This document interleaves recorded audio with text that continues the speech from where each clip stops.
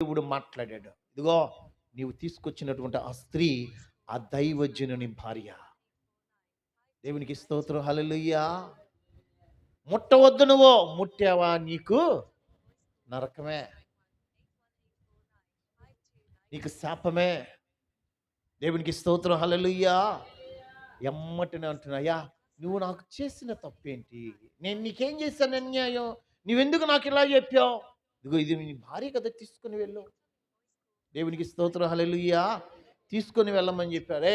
ఎవరైనా సరే వారిని ఏమైనా అంటే ఊరుకునేది లేదు అనే దేవుని చేత వాగ్దానం పొందుకొని ఆ రాజు ఆ దేశంలో ప్రకటన చేశాడు. దేవునికి స్తోత్రం, హల్లెలూయా. వాడుక భాషలో చెప్పాను మీకు ఆ మాటలను. బైబిల్ గ్రంథంలో మాటలాగా చెప్పలేదు, మామూలుగా వాడుక భాషలో చెప్తున్నాను. దేవునికి స్తోత్రం, హల్లెలూయా. అర్థమవుతున్నాను నేను చెప్పేటువంటి మాట మీకు. మనము పరుగులెత్తేది దేని కొరకు? నా దేవుని సన్నిధి నాకు తోడుగా కావాలి, నేను నేను బాగుండాలి. దేవునికి స్తోత్రం, హల్లెలూయా. నేను దేవుణ్ణి నమ్ముకొని నడవాలి. కష్టమైన, నష్టమైన, భారమైన, ఇరుకైన, ఇబ్బందైన నేను దేవుణ్ణి అనుసరించి నడుచుకోవాలి.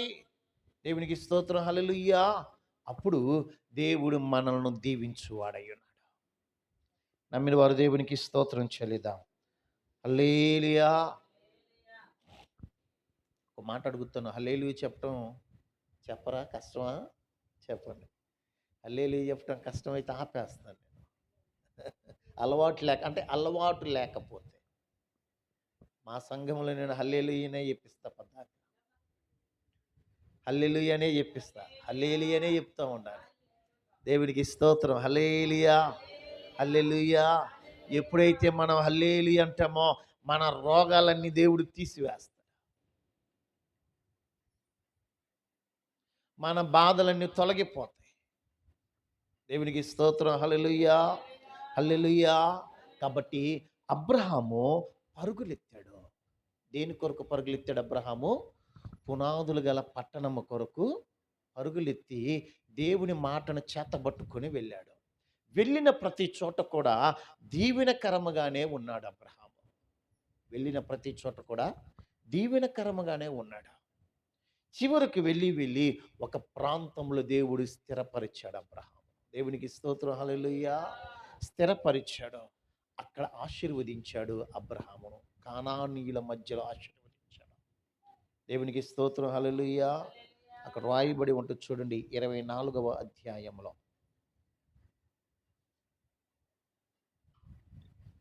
24వ అధ్యాయం 3వ వచనం. నేను ఎవరి మధ్య కాపురం ఉన్నానో ఆ కానానీయుల కుమార్తెలలో ఒకదానిని నా కుమారునికి పెండ్లి చేయక. అంటే అక్కడ అర్థం చేసుకోండి, నేను ఎవరి మధ్య అయితే కాపురం ఉంటున్నానో, అంటే దేవుడు అబ్రహామును కానానీయుల మధ్యలో ఆశీర్వదించాడు, అక్కడ స్థిరపరిచాడు దేవుడు అబ్రహామును. స్థిరపరిచినటువంటి అబ్రహాం అంటున్నాడు, తన దగ్గర ఉన్నటువంటి నాయకుడితో అంటున్నాడు, ఇదిగో నా కుమారునికి భార్య నా సొంత దేశానికి వెళ్ళు, ఇక్కడ మాత్రం కాదు. దేవునికి స్తోత్రం, హల్లెలూయా. అంటే అబ్రహామును ఎక్కడ స్థిరపరిచాడయ్యా అంటే కానానీయుల మధ్యలో స్థిరపరిచి ఆయన అక్కడ గొప్ప సంతానముగా చేశాడు దేవుడు. ఎక్కడి నుంచి తీసుకెళ్ళాడు?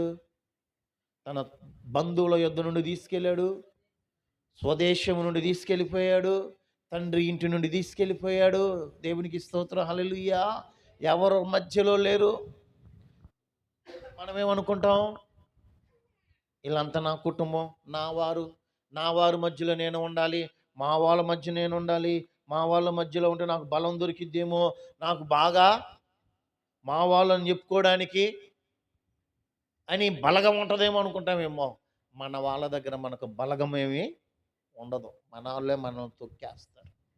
జ్ఞాపకం చేసుకోండి, మన వాళ్ళే మనల్ని తొక్కేస్తారు. ఒకవేళ దేవుని నమ్మిన బిడ్డలు అనుకోండి చెయ్యందిస్తారు, కానీ దేవుని నమ్మలేదనుకోండి మనల్ని తొక్కేస్తారు. వీళ్ళని ఏ విధంగా పడేద్దాం రా అని చూస్తూనే ఉంటారు. దేవునికి స్తోత్రం, హల్లెలూయా. అదే దేవుని నమ్ముకున్నటువంటి బిడ్డల మధ్యలో ఉన్నామనుకోండి, వారు ఏం చేస్తారంటే ప్రార్థన చేస్తారు మన కొరకు, మన పరిస్థితుల కొరకు, మన యొక్క స్థితులను గురించి, మనకున్న కష్ట నష్టాల గురించి. దేవునికి స్తోత్రం, హల్లెలూయా. మరి ఈ 40 రోజులు ప్రార్థన చేసాం దేవుని సన్నిధిలో. మనం దేని కొరకు ప్రార్థన చేసాం? దేని కొరకు పరుగులెడుతున్నాం? దేనిని చూచి ఆశపడి పరిగెత్తుతున్నామో యోచన చేయవలసిన వారమై ఉన్నాం. దేవునికి స్తోత్రం, హల్లెలూయా. హాగరు పరుగులెత్తింది. ఇటు అటు తిరుగులాడుతూ ఉంది. గమ్యము లేనిటువంటి దాని కొరకు పరుగులెత్తింది. అబ్రహాము పరుగులెత్తాడు. పునాదులు గల పట్టణము కొరకు పరుగులెత్తాడు. దేని కొరకు పరుగులెత్తాడు? పునాదులు గల పట్టణము కొరకు పరుగులెత్తాడు. దేవునికి స్తోత్రం, హల్లెలూయా. యేసేపు పరుగులు తీశాడు. ఎవరండి? యేసేపు పరుగులు తీశాడు. ఎందుకు తీశాడో చెప్పండి. యేసేపు అమ్మా, యేసేపు ఎందుకు పరుగులు తీశాడు? తన పరిశుద్ధతను కాపాడుకోవడానికి పరుగులెత్తాడు. దేవునికి స్తోత్రం, హల్లెలూయా. చూడండి, తన పరిశుద్ధతను కాపాడుకోవాలని ఆదికాండ గ్రంథం 39వ అధ్యాయము 12వ వచనం. ఆదికాండ గ్రంథం 39వ అధ్యాయం 12వ వచనం. అప్పుడు ఆమె అతని వస్త్రమును పట్టుకొని తనతో శయనింపమని చెప్పగా అతడు తన వస్త్రములను ఆమె చేతిలో విడిచిపెట్టి తప్పించుకొని బయటకు పారిపోయెను. దేవుడికి స్తోత్రం, హల్లెలూయా. ఎందుకు పారిపోయాడు? తన పరిశుద్ధతను కాపాడుకోవడానికి, తన క్రియను నడతను కాపాడుకోవడానికి. దేవునికి స్తోత్రం, హల్లెలూయా. విశ్వాస జీవితంలో కూడా ఒక్కొక్కసారి పరుగులెత్తాల్సి ఉంటుంది. ఎందుకు పరుగెత్తాలో తెలుసా? మన పరిశుద్ధతను మనం కాపాడుకోవడానికి. దేవునికి స్తోత్రం, హల్లెలూయా, హల్లెలూయా. మన పరిశుద్ధతను కాపాడుకోవడానికి ఒకసారి పరుగులెత్తాలి, ఒక్కొక్కసారి మౌనముగా ఉండాలి, ఒక్కొక్కసారి మాట్లాడాలి. ఇక్కడ యేసేపు తన పరిశుద్ధతను కాపాడుకోవడానికి పరుగులెత్తాడు ఆ ప్రాంతం నుంచి. అప్పుడు అంటున్నాడు చూడండి, 13వ వచనం. అతడు తన వస్త్రమును ఆమె చేతిలో విడిచి తప్పించుకుని పోవుట ఆమె చూచినప్పుడు తన ఇంటి మనుషులు పిలిచి, చూడుడి, అతడు మనలను ఎగతాళి చేయుటకు. దేవునికి స్తోత్రం, హల్లెలూయా. ఎగతాళి చేయుటకు. ఆ యేసేపు మీదే మరలా నిందలు వేస్తుంది. యేసేపు మీదే నిందలు వేస్తుంటే, యేసేపు ఏమో తన పరిశుద్ధతను కాపాడుకోవడానికి పరుగులెడుతుంటే యేసేపు మీద నిందలు వేస్తూ ఉంది. నిందలు వేసినా సరే అతడు వెనుకంజ వేయలేదు.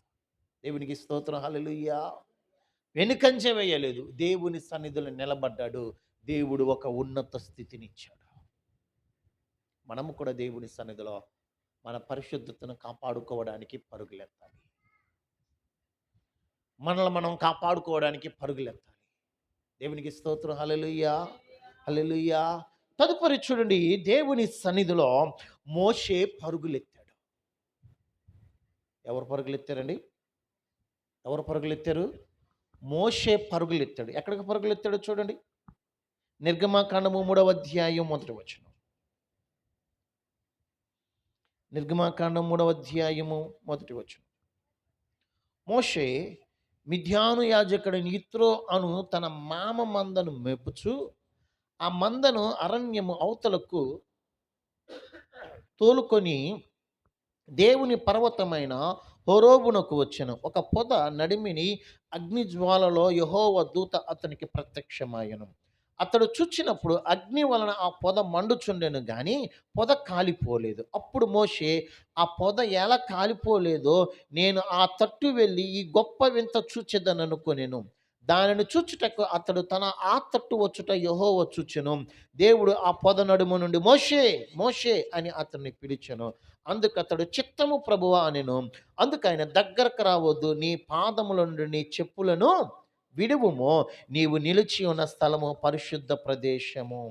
దేవునికి స్తోత్రం, హల్లెలూయా, హల్లెలూయా. ఏం చేశాడు?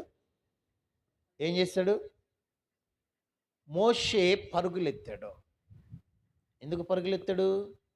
దేవుని మాట కొరకు పరుగులెత్తాడు. పొద కాలిపోతుంది కానీ ఆ పొద మాత్రం మండుతుంది కానీ కాలిపోవట్లేదు. అగ్ని చేత కాలిపోతున్నట్టుగానే ఉంది కానీ ఆ పొద మాత్రం కాలిపోవట్లేదు. ఏందా ఈ వింత అని చూద్దామని దగ్గరకు పరుగులెత్తాడంట. దేవునికి స్తోత్రం, హల్లెలూయా. ఎందుకు పరుగులెత్తాడయ్యా అంటే అక్కడ నుండి మోషేను దేవుడు పిలుస్తున్నాడు. మోషే, ఇది పరిశుద్ధ స్థలము, నీ చెప్పులను విడువము. ఏందయ్యా అంటే, ఇదిగో నా ప్రజలను మేపడానికి నీవు నాయకుడిగా వెళ్ళాలి. దేవునికి స్తోత్రం, హల్లెలూయా. మందను, ఇశ్రాయేలుల ప్రజలను దేవుని పర్వతమునకు నడిపించడానికి నీవు కాపరిగా వెళ్ళాలి. దేవునికి స్తోత్రం, హల్లెలూయా. మోషే పరుగులెత్తాడు ఎందుకయ్యా అంటే దేవుని ప్రజలను నడిపించడానికి. దేవుని దేవుని ప్రజలను నడిపించడానికి పరుగులెత్తాడు. మనము కూడా సేవ చేయాలనుకుంటాం. మనము కూడా ఏమనుకుంటాం? సేవ చేయాలనుకుంటాం. దైవజనులు సేవ చేయాలని చెప్పి దేవుని సన్నిధికి వచ్చి మందను నడిపించలేరు. ఒక్కొక్కసారి వారి కుటుంబాన్ని కూడా నడిపించలేరు.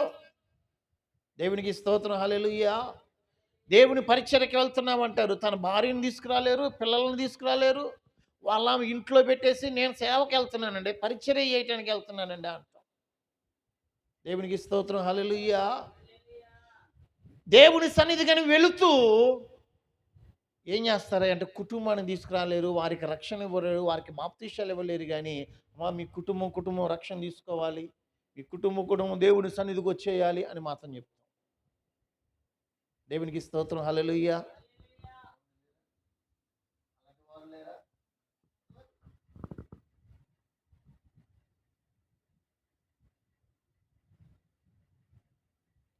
సేవకనే పరిగెత్తుతాం.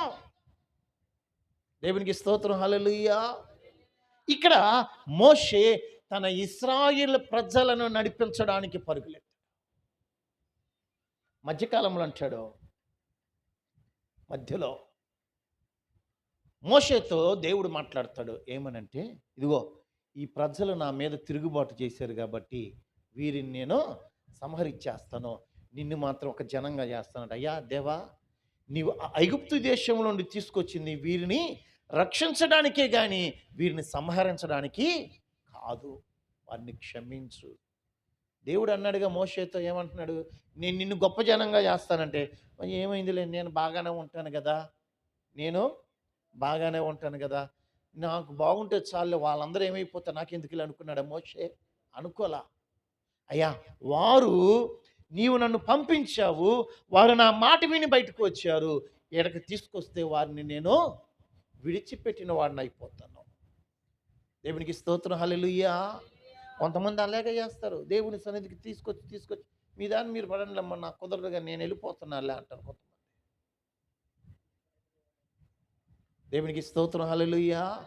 నడిపించి వెళ్ళిపోతారు, మధ్యలోనే వదిలిపెట్టి. ఎందుకంటే వారికి కష్టం వచ్చేసి, వారికి నష్టం వచ్చేసి, వారు అనుకున్నదని సమృద్ధిగా లేకపోతే.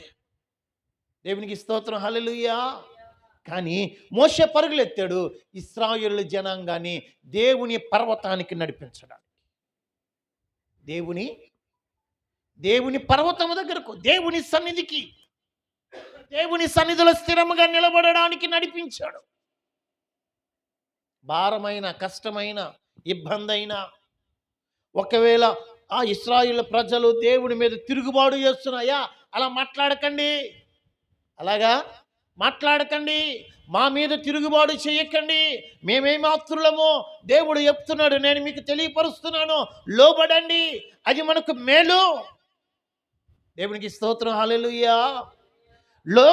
లోబడండి, అది మనకు మేలు. నేను నడుస్తున్నాను, నాతో పాటు మీరు కూడా నడవండి, అనుసరించండి. ఆ యొక్క పరవాగ్దాన దేశము, పాలు తేనెలు ప్రవహించే దేశంలోనికి వెళదాం.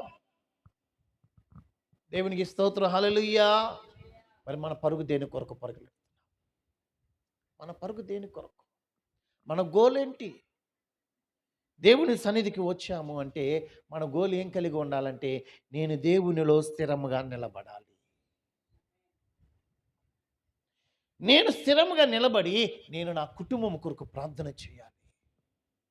దేవునికి స్తోత్రం, హల్లెలూయా. నా ప్రాంతము బాగుపడాలి, నా కుటుంబీకులు బాగుపడాలి, దేవుని సన్నిధికి రావాలి. నేను నడుస్తూ వారిని నేను నడిపించాలి. దేవునికి స్తోత్రం, హల్లెలూయా. మోషే చేసింది అదే. తను నడుస్తూ ఇశ్రాయేలు జనాంగాన్ని నడిపించాడు దేవుని సన్నిధికి. తను నడుస్తూ అనుసరిస్తూ దేవుని మాటను లోబడుతూ ఇశ్రాయేలు జనాంగనయ్యా లోబడండి అని తెలియపరిచాడు. దేవునికి స్తోత్రం, హల్లెలూయా, హల్లెలూయా. నువ్వు దేని కొరకు పరుగులెడుతున్నావు? దేని కొరకు ఆశ కలిగి పరుగులెడుతున్నావు? దేవుని సన్నిధికి వెళ్తే గొప్ప భాగ్యం, అందరు గౌరవిస్తారు, అందరు బాగా చూస్తారు, అందరూ నమస్కారాలు వందనాలు పెడతారు అనుకొని పరిగెత్తుతున్నామేమో.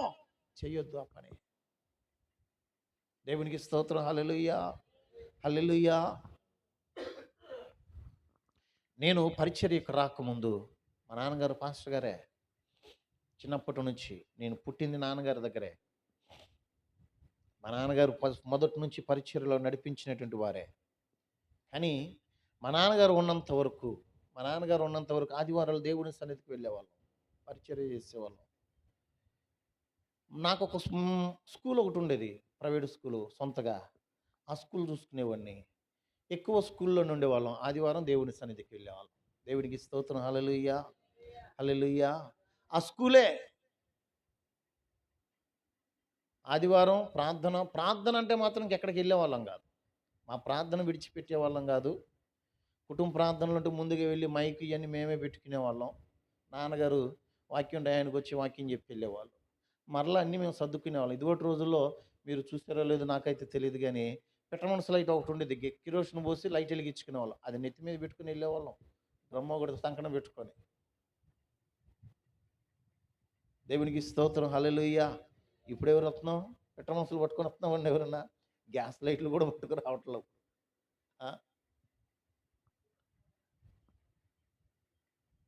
దేవుని పరిచర్య ఎందుకు పరుగులెత్తాం? ఎందుకు ప్రయాసపడ్డాం? కనీసం ఒక ఆత్మనన్నా దేవుని సన్నిధికి నడిపించాలి, ఒకరినన్నా దేవుని సన్నిధిలో నిలబెట్టాలి. దేవునికి స్తోత్రం, హల్లెలూయా. కొంతమందినైనా దేవుని సన్నిధికి నడిపించాలి. మా నాన్నగారు చేసిన పరిచర్యలను ఆలోచన చేస్తే ఒక్కొక్క ఊర్లో ఒక్కొక్క సంఘం పెట్టేసుకునే వాళ్ళం. కానీ నాన్నగారు ఆ పని చేయలే. ఒక్కొక్క ఊర్లో ఒక సంఘం పెడతాం వద్దు, నాకు ఒక సంఘం చాలు,